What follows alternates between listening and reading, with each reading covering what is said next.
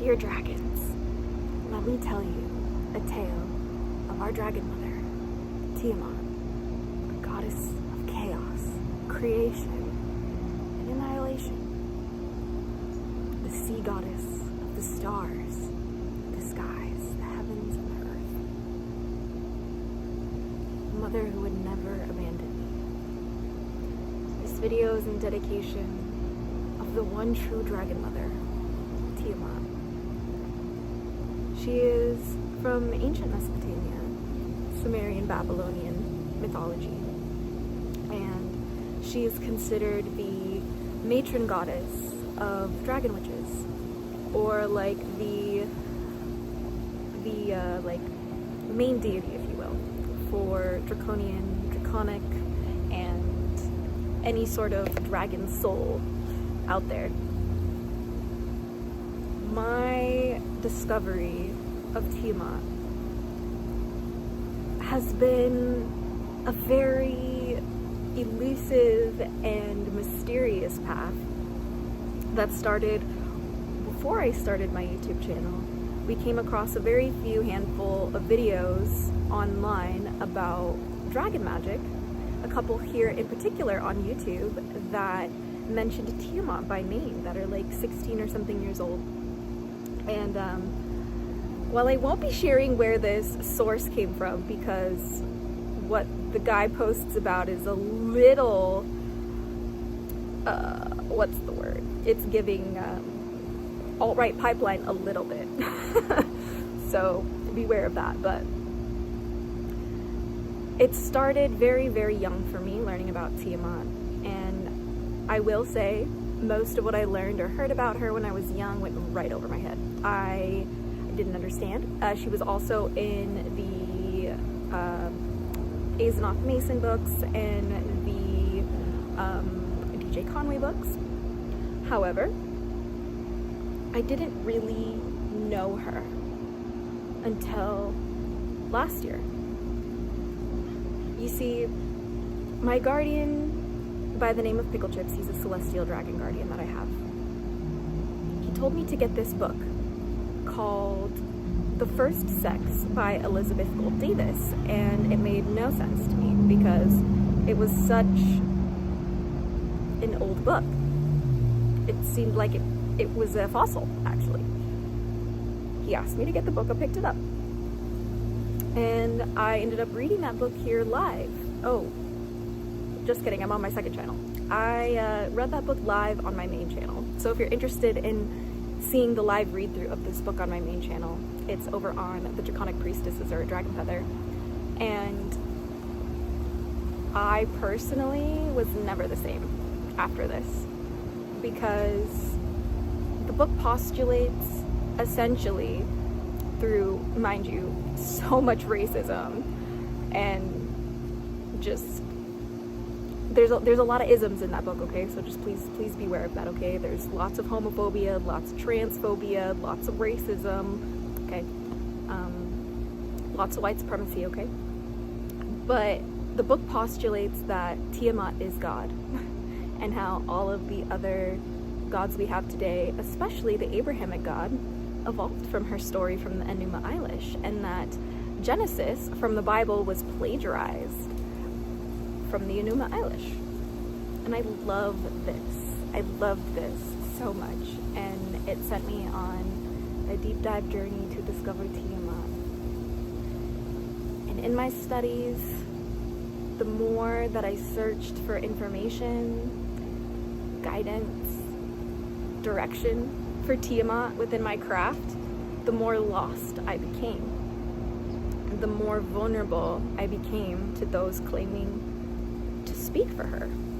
And I realized that I was always looking in the wrong place. Tiamat, the mother of dragons, was more present when I closed my eyes in the darkness than she ever was in a book, than she ever was on screen, than she ever was on the tongues of other men. when I felt abandoned, misunderstood, when I needed a mom who wouldn't abandon me for a man, I close my eyes and I see Tiamat, Mother of Dragons. And I will never forget the day that she wrapped herself around me and she said, I will never abandon you, little dragon. And if you do not understand what it means to be dragon, to walk with dragons, to have a dragon soul, to even just believe the dragons are real, heck, even if you're just a dragon lover, you will understand the feeling of home that you feel within the dragons. And it has never been more powerful than when I sit with Tiamat, the Mother of Dragons. In her story, her body was slain and it made the heavens and the earth. And whenever I lay down in the grass and I stare at the sky, I am in the cradle of Tiamat, my mother. She is my matron goddess, you see, but I do not worship Tiamat. I do not worship dragons personally, although many of my peers do, and I love to hear about their experiences. But in my personal practice, Tiamat is more symbolic of the spiritual mother archetype that I never had. I've never had a good example of a strong feminine energy or a strong masculine energy. But we're talking just about the feminine energy with Tiamat here.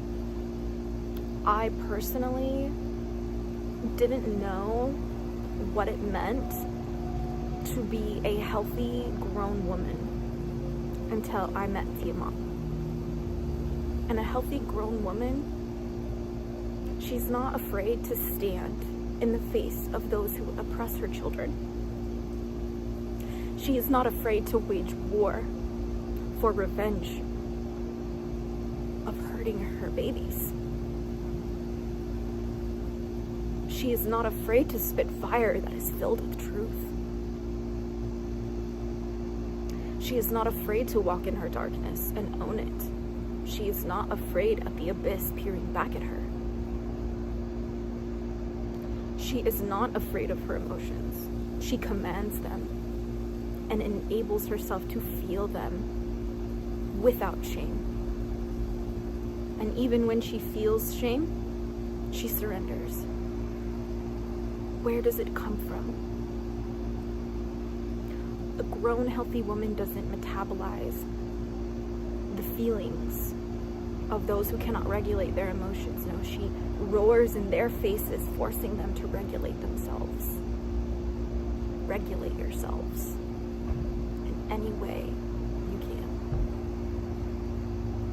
This life is a nervous one. You want to know why I say that? Because everything happens within the nervous system. That's all that matters, is the nervous system. That is your understanding of your world, is your nervous system. Your sensory input and output. Your cognitive thinking abilities. Your self-awareness. All of this, your comprehension skills, all of this comes from the nervous system. This is a nervous world, okay? Obviously, have you just looked at the news recently? But Tiamat,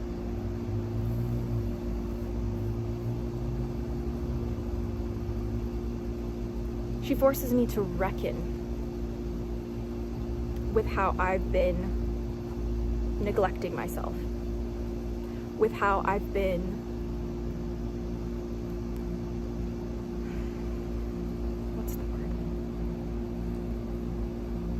denying my own feminine energy, denying my own creative and destructive forces, denying my own internal void, my own internal waters, my own internal stars, denying myself the heavens and the earth. When I walk with Tiamat, when I meditate with her every morning and night in the water, cleansed, purified, and reminded of who I am, and I will never be alone again. And that is why I love tiamat. And just because I don't believe that she is the Most High, and just because I believe that she's not the one true God, and just because I don't even know if I believe in her as a spiritual entity at all, does not negate her presence within my life. This world is full of strange things, and you can be afraid by them. You can fear these strange things, or you can go explore them, try and understand them, see where it takes you. And that's where I choose to go. I don't like the feeling of being afraid of my own shadow.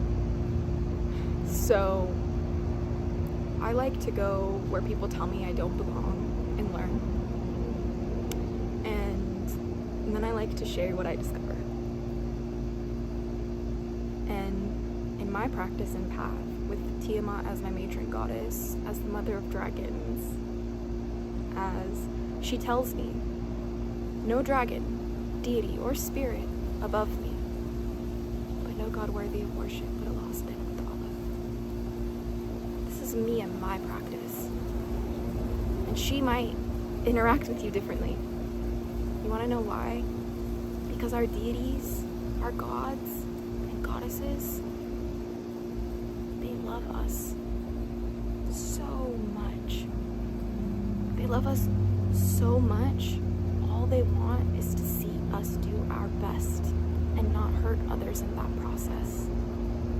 They want us to reach our full potential. They want us to have a good life in this life and the next. And it doesn't matter if your experience with Tiamat is different than mine. Just like it doesn't matter if my experience with Tiamat is different than yours. No one's denying that she's here. She is. She'll show herself however she wills. I love you, Tiamat. Thank you for saving my life. Thank you for being the mother that I needed. Thank you for always wrapping me in your wings and never letting me go. And thank you for reminding me I'll never be without a mom ever again.